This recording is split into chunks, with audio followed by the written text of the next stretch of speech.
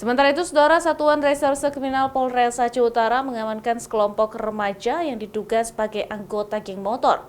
Remaja tersebut diamankan setelah foto mereka yang berpose sambil memamerkan senjata tajam viral di media sosial hingga membuat masyarakat resah. Inilah foto sekelompok remaja yang berpose ala geng motor sambil memamerkan senjata tajam di depan kantor Bupati Aceh Utara, Aceh. Foto ini pun viral di sejumlah grup WhatsApp sejak beberapa hari terakhir, hingga membuat masyarakat, khususnya di Aceh Utara, resah.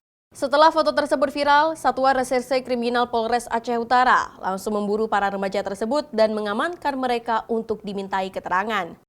Dari hasil pemeriksaan, foto yang memperlihatkan sekelompok remaja yang memamerkan sajam tersebut diambil sekitar 3 bulan lalu dan baru viral sejak beberapa hari terakhir.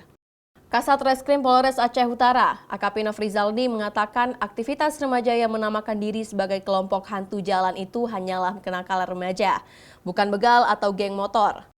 Menurut polisi, motif dari melakukan aksi foto dengan mengacungkan senjata tajam hanyalah untuk konten yang akan mereka sebarkan di media sosial.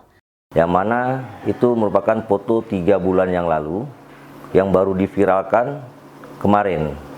Dan itu telah ditangani oleh Satpol PP dari Lok Semawe yang telah ditangani di sana sebagian anak-anaknya yang telah dilakukan pembinaan, dan kita telah mengamankan juga sebagian dari mereka, ada 7 orang yang telah diantarkan oleh orang tuanya kemari untuk kita lakukan pembinaan juga dan untuk kita buat pernyataan. Sampai sejauh ini dari hasil pemeriksaan kita, mereka adalah anak-anak yang membuat konten ataupun membuat berpose dengan senjata tajam, tapi mereka bukan begal.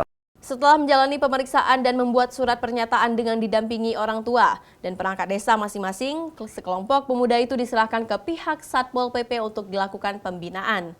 Karena sebelumnya mereka juga telah diamankan oleh Satpol PP untuk dibina.